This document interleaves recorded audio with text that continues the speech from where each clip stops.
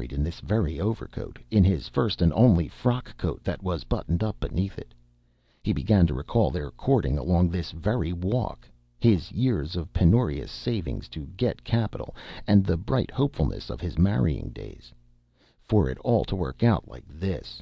Was there no sympathetic ruler anywhere in the world? He reverted to death as a topic. He thought of the canal he had just crossed, and doubted whether he shouldn't stand with his head out, even in the middle, and it was while drowning was in his mind that the purple Pileus caught his eye. He looked at it mechanically for a moment, and stopped and stooped towards it to pick it up, under the impression that it was some such small leather object as a purse. Then he saw that it was the purple top of a fungus, a peculiarly poisonous-looking purple, slimy, shiny, and emitting a sour odor. He hesitated with his hand an inch or so from it, and the thought of poison crossed his mind. With that he picked the thing and stood up again with it in his hand. The odor was certainly strong, acrid, but by no means disgusting. He broke off a piece, and the fresh surface was a creamy white that changed like magic in the space of 10 seconds to a yellowish green color. It was even an inviting-looking change. He broke off 2 other pieces to see it repeated. They were wonderful things, these fungi, thought Mr. Coombes, and all of them the deadliest poisons, as his father had often told him, deadly poisons. There is no time like the present for a rash resolve. Why not here and now, thought Mr. Coombes. He tasted a little piece, a very little piece indeed, a mere crumb. It was so pungent that he almost spat it out again, then merely hot and full-flavored, a kind of German mustard with a touch of horseradish and, well, mushroom. He swallowed it in the excitement of the moment. Did he like it or did he not? His mind was curiously careless. He would try another bit. It really wasn't bad. It was good. He forgot his troubles in the interest of the immediate moment. Playing with death it was. He took another bite and then deliberately finished a mouthful. A curious tingling sensation began in his fingertips and toes. His pulse began to move faster. The blood in his ears sounded like a mill race. "Try a bit more," said Mr. Coombes. He turned and looked about him and found his feet unsteady. He saw and struggled towards a little patch of purple a dozen yards away. "Jolly good stuff," said Mr. Coombes. "E lo more ye." He pitched forward and fell on his face, his hands outstretched towards the cluster of pilei, but he did not eat any more of them. He forgot forthwith. He rolled over and sat up with a look of astonishment on his face. His carefully brushed silk hat had rolled away towards the ditch. He pressed his hand to his brow. Something had happened, but he could not rightly determine what it was. Anyhow, he was no longer dull. He felt bright, cheerful, and his throat was afire. He laughed in the sudden gaiety of his heart. Had he been dull? He did not know, but at any rate he would be dull no longer. He got up and stood unsteadily, regarding the universe with an agreeable smile. He began to remember. He could not remember very well because of a steam roundabout that was beginning in his head, and he knew he had been disagreeable at home just because they wanted to be happy. They were quite right. Life should be as gay as possible. He would go home and make it up, and reassure them. And why not take some of this delightful toadstool with him, for them to eat? A hatful, no less. Some of those red ones with white spots as well, and a few yellow. He had been a dull dog, an enemy to merriment. He would make up for it. It would be gay to turn his coat sleeves inside out and stick some yellow gorse in his waistcoat pockets. Then home, singing, for a jolly evening.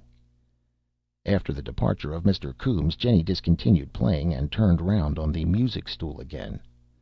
"What a fuss about nothing," said Jenny. "You see, Mr. Clarence, what I've got to put up with," said Mrs. Coombes. "He is a bit hasty," said Mr. Clarence judicially. "He ain't got the slightest sense of our position," said Mrs. Coombes. "That's what I complain of. He cares for nothing but his old shop. And if I have a bit of company, or buy anything to keep myself decent, or get any little thing I want out of the housekeeping money, there's disagreeables." Economy, he says, struggle for life and all that. He lies awake of nights about it, worrying how he can screw me out of a shilling. He wanted us to eat Dorset butter once. If once I was to give in to him, there. Of course, said Jenny. If a man values a woman, said Mr. Clarence, lounging back in the armchair, he must be prepared to make sacrifices for her. For my own part, said Mr. Clarence, with his eye on Jenny, I shouldn't think of marrying till I was in a position to do the thing in style. It's downright selfishness. A man ought to go through the rough and tumble by himself, and not drag her. I don't agree altogether with that, said Jenny. I don't see why a man shouldn't have a woman's help, provided he doesn't treat her meanly, you know. It's meanness. You wouldn't believe, said Mrs. Coombs, but I was a fool to have him. I might have known. If it hadn't been for my father, we wouldn't have had not a carriage at our wedding. Lord, he didn't stick out at that, said Mr. Clarence, quite shocked. Said he wanted the money for his stock, or some such rubbish. Why, he wouldn't have a woman in to help me once a week if it wasn't for my standing out plucky. And the fusses he makes about money comes to me, well, pretty near crying, with sheets of paper and figures. If only we can tide over this year, he says. The business is bound to go. If only we can tide over this year, I says, then it'll be if only we can tide over next year. I know you, I says, and you don't catch me screwing myself lean and ugly. Why didn't you marry a slavey, I says, if you wanted one, instead of a respectable girl, I says. So, Mrs. Coombs, but we will not follow this unedifying conversation further. Suffice it that Mr. Coombs was very satisfactorily disposed of, and they had a snug little time round the fire. Then Mrs. Coombs went to get the tea, and Jenny sat coquettishly on the arm of Mr. Clarence's chair until the tea things clattered outside. "What was that I heard?" asked Mrs. Coombs playfully as she entered, and there was a badinage about kissing. They were just sitting down to the little circular table when the first intimation of Mr. Coombs' return was heard. This was a fumbling at the latch of the front door.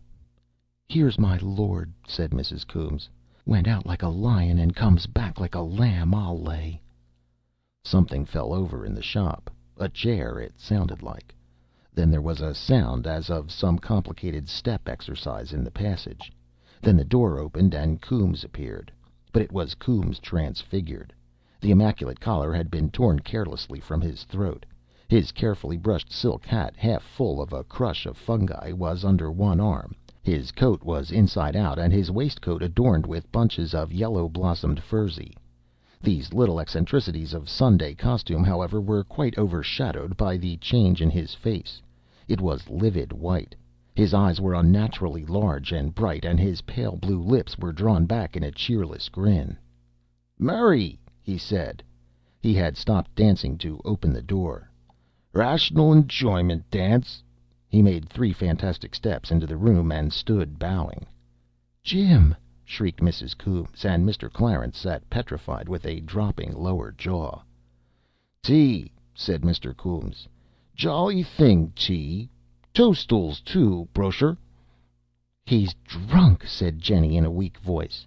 Never before had she seen this intense pallor in a drunken man, or such shining, dilated eyes. Mr. Coombs held out a handful of scarlet agaric to Mr. Clarence. "Joe stuff," said he, "to some." At that moment he was genial. Then, at the sight of their startled faces, he changed, with the swift transition of insanity into overbearing fury, and it seemed as if he had suddenly recalled the quarrel of his departure. In such a huge voice as Mrs. Coombs had never heard before, he shouted, "My house! I'm master here! Eat what I give you!" He bawled this, as it seemed, without an effort, without a violent gesture, standing there as motionless as one who whispers, holding out a handful of fungus. Clarence approved himself a coward.